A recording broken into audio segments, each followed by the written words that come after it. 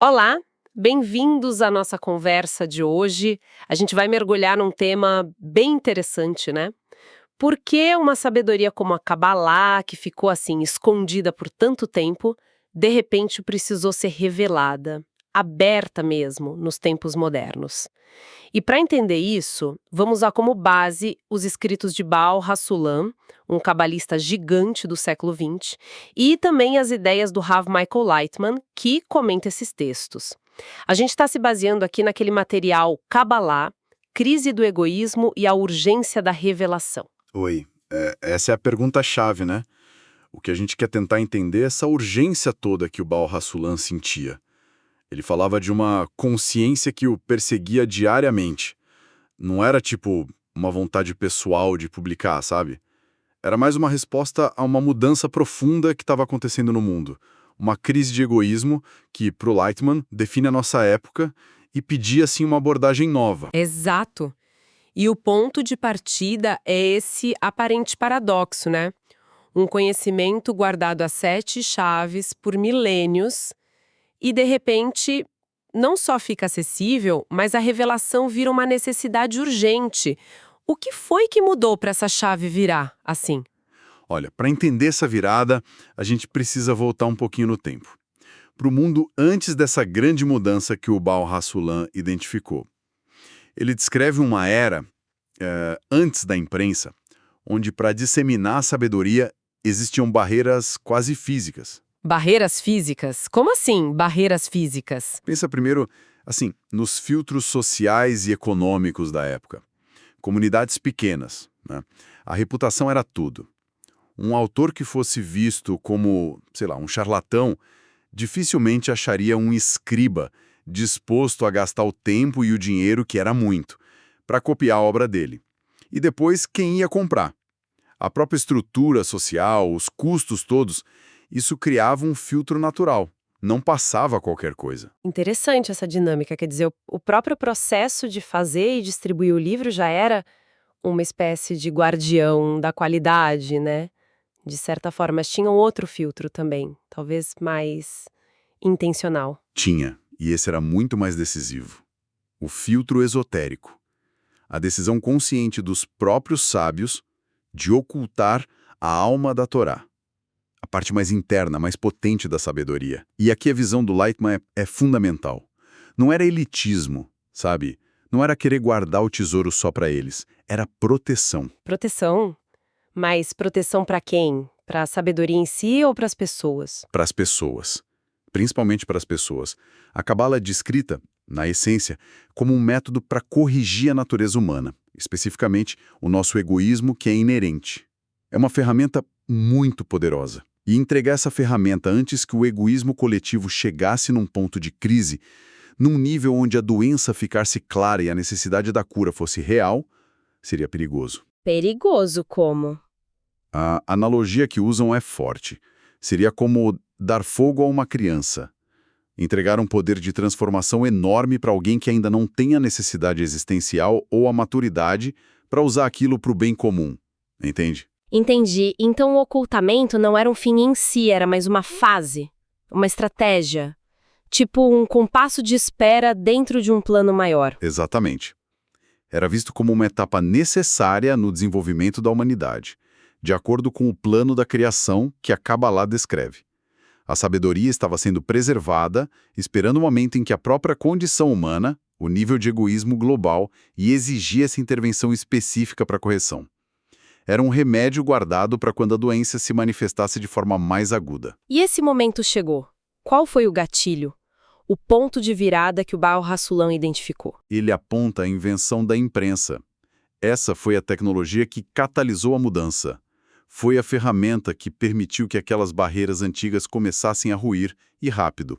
Ah, claro, porque de repente ficou muito mais fácil, muito mais barato publicar e espalhar qualquer ideia, né? Quebrou aquele filtro econômico e social que você mencionou. Precisamente. Qualquer um, com um mínimo de recursos, podia imprimir e distribuir suas ideias. E como o Baal Hassulam observa, com muita crítica, a motivação por trás dessa publicação muitas vezes mudou, deixou de ser prioritariamente a busca pela verdade ou a transmissão de uma sabedoria autêntica, para ser movida pelo desejo de sustento, honra e coisas semelhantes. O ganho pessoal, o ego, encontrou um veículo novo e muito poderoso. Mas essa ideia da imprensa ser só um sintoma, como você disse, não corre o risco de subestimar um pouco o poder da tecnologia em si, de ela moldar o desejo humano e não só refletir ele? Ótima pergunta. E toca bem no centro da análise do Lightman sobre o Baal HaSulam. A perspectiva aqui é que a tecnologia surge em resposta a uma necessidade interna que está se desenvolvendo na humanidade. A imprensa não criou o desejo exagerado por fama, riqueza, reconhecimento, mas ela correspondeu a ele, deu uma vazão sem precedentes para isso. Foi a manifestação externa de uma nova fase no desenvolvimento do desejo humano, um crescimento exponencial do egoísmo. Ele virou a força motriz dominante em escala global. E essa força começou a entrar em todas as áreas, inclusive na busca espiritual. Entendi a nuance. A tecnologia deu potência para algo que já estava crescendo por dentro. E qual foi a consequência prática dessa combinação? Impressão fácil e um ego inflado buscando se expressar na área espiritual. O resultado que o Baal HaSulam descreve de forma bem dura foi uma avalanche de livros sobre Kabbalah que não tinham fundamento real. Eram obras sem nenhum estudo, nem recepção boca a boca por parte de um Rav autorizado. Refletiam só a visão limitada, a carne e o sangue, sabe? A psicologia, as opiniões pessoais dos autores. Faltava profundidade, a conexão com a linhagem autêntica de transmissão da sabedoria. Basicamente criou-se um mercado de espiritualidade superficial e muitas vezes enganosa. E é aí que a descrição do Baal HaSulam parece quase profética, né? Sim. Falando diretamente para os nossos dias. É impressionante a precisão, né? Ele descreve esses novos mestres que surgem, pessoas que introduzem suas unhas na sabedoria, pegando pedacinhos sem entender o todo, nem para que serve de verdade, que fazem apreciações que ele chama de repugnantes sobre temas sagrados, talvez banalizando, distorcendo para ganhar algo com isso, ou misturando com um monte de outras ideias. Lembro também da parte sobre a arrogância de julgar os clássicos. Sim, ele critica essa postura. A pessoa se coloca como juiz da verdade, dizendo para o público quais textos antigos ainda valem e quais seriam ilusórios ou ultrapassados, e se baseando só na própria opinião, no entendimento limitado, sem ter a formação devida dentro da tradição. E a conexão que o Lightman faz é inevitável, né? Se o Baal HaSulam viu isso acontecer com a força, digamos, limitada da imprensa lá no início do século XX, o que ele diria hoje sobre a internet, onde a velocidade, o alcance, o volume da desinformação são ordens de magnitude maiores. Exatamente, a confusão que ele diagnosticou naquela época virou, de certa forma, o nosso estado padrão hoje em dia. A Kabbalah, que na essência é uma ciência sobre como corrigir a natureza humana e se conectar com a força que unifica a realidade, é muitas vezes tratada com o que ele chamou de frivolidade, como um hobby intelectual, uma curiosidade passageira, ou umas técnicas de autoajuda para perceber e escrutinar no momento livre, totalmente desconectado do propósito principal dela, que é transformar a pessoa. Então, a crise espiritual de hoje, por essa ótica, seria basicamente uma crise de egoísmo fora de controle. Um egoísmo que aprendeu a se vestir com uma roupagem pseudo-espiritual. Esse é o diagnóstico central. É o egoísmo buscando a própria satisfação por caminhos que parecem elevados, espirituais, mas que, sem o método correto, acabam só reforçando o próprio egoísmo. Falta o componente essencial da Kabbalah autêntica, o método prático, sistemático, para corrigir esse mesmo egoísmo, para redirecionar ele da autoabsorção para a conexão e para a doação. Certo. Então, a imagem que se forma é complexa. Uma sabedoria que era super protegida, de repente exposta, e pior, sendo distorcida, banalizada por um egoísmo crescente, turbinado pela tecnologia. É nesse cenário de confusão crescente que o Baal HaSulam toma a decisão radical dele. Exatamente nesse ponto. Ele percebe que a estratégia antiga, milenar, de ocultar a sabedoria, não só não funcionava mais, como tinha se tornado prejudicial. O vácuo deixado pela ausência da Cábala genuína estava sendo preenchido por imitações, falsificações. E isso desviava as pessoas do caminho da correção verdadeira, oferecendo soluções fáceis ou gratificações egoístas disfarçadas. E é nesse contexto que ele usa aquele versículo dos Salmos. É tempo de agir para o eterno, pois violaram a tua Torá, marcando essa mudança de estratégia. Sim, essa citação é muito simbólica desse ponto de virada. E é fundamental entender, como Rav Lightman sempre frisa, o que essa ação do Baal HaSulam realmente significou. Ele não decidiu só escrever mais um livro sobre Cabala para competir no mercado de ideias espirituais. Não era isso. A ação dele foi muito mais estrutural, muito mais profunda. O que tinha de tão diferente na abordagem dele, então? Ele não apenas escreveu sobre Kabbalah, ele forjou um método, um sistema completo, com uma abordagem quase científica na precisão.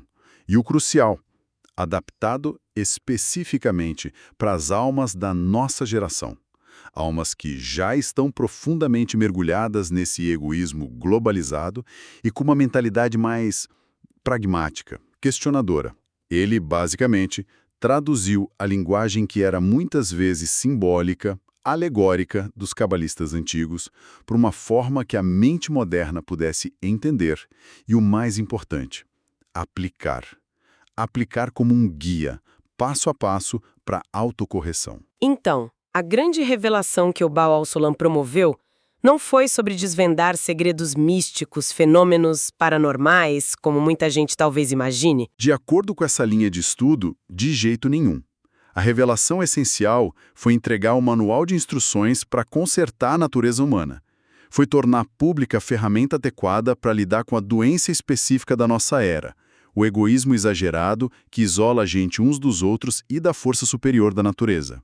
A revelação é a própria metodologia de correção, oferecida como resposta direta necessária para a crise que ele diagnosticou. E qual seria o objetivo final dessa correção, desse conserto da natureza humana que o método propõe? O objetivo é visto como duplo, mas está tudo interligado. Primeiro, no nível humano, construir conexões verdadeiras entre as pessoas, baseadas naquele princípio fundamental de amar ao próximo como a si mesmo, superando ativamente o egoísmo que gera conflito, separação. Segundo, e como consequência dessa unidade, dessa doação mútua, alcançar o propósito último da existência humana, segundo a Kabbalah, que é a equivalência de forma com a força superior, o Criador. Uma força que é percebida como pura doação, puro amor. A correção do egoísmo não é o fim, é o meio. O meio indispensável para alcançar essa conexão, essa harmonia final. Faz todo sentido. Recapitulando a ideia central, então, a angústia que movia o Baal HaSulam era como a de um médico vendo uma epidemia, a do egoísmo se espalhando, distorcendo tudo. E ele sabendo que tinha um único antídoto eficaz, o método cabalístico agora adaptado e explicado para a mentalidade do nosso tempo. Exatamente essa analogia. Perfeita. Por isso, a obra que ele produziu e que os sucessores dele, como o Rav Lightman, se esforçam tanto para disseminar, não visa primariamente satisfazer curiosidade intelectual, oferecer poderes ou experiências místicas isoladas. Não é por aí. É apresentada como um chamado urgente à ação, a um trabalho interno de correção, visto como a única solução sustentável para as crises interligadas que a gente vê no mundo, sejam sociais, ambientais, existenciais, todas elas. E apesar de toda essa confusão externa, que hoje parece ainda maior do que na época do Baal HaSulam, com internet e redes sociais amplificando tudo, a promessa é que o método em si, se a gente acessar por uma fonte confiável, permanece claro e preciso. Sim, essa é a afirmação. A introdução do Baal HaSulam, essa que a gente está discutindo, funciona quase como um mapa, um guia. Alerta explicitamente sobre os perigos das falsificações, da superficialidade, das interpretações egoístas, mas, ao mesmo tempo, enfatiza a necessidade vital de buscar uma fonte autêntica, uma conexão com a tradição que se diz Kibel Sinai, quer dizer, recebida lá do Sinai, passada de mestre para discípulo ao longo das gerações, e que chegou até nós por essa linhagem específica de cabalistas que se dedicaram a adaptar o método para a nossa era. A clareza estaria no método, na estrutura, na aplicação. Embora encontrar ele e se engajar de verdade no meio de tanto ruído, exige discernimento, exige esforço, não é simples. Isso leva a gente para uma reflexão final, talvez a mais prática de todas. Considerando a escala atual da desinformação, da superficialidade espiritual, amplificada por tecnologias que o Baal Hassulam nem imaginava.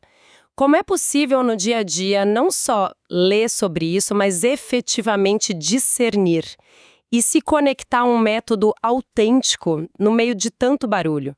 O que significa, na prática, além de consumir informação, se engajar ativamente com esse método de correção hoje, de um jeito que produza mudança real? Essa é talvez a pergunta fundamental para quem busca sinceramente não só entender, mas vivenciar essa transformação. Como é que a gente passa do conhecimento intelectual para a prática efetiva de mudança interna? Num ambiente cultural tão saturado de distrações, de distorções, de soluções rápidas, como construir essa conexão real com um método e com outros que também estão buscando essa correção? É uma questão que fica em aberto para reflexão mesmo.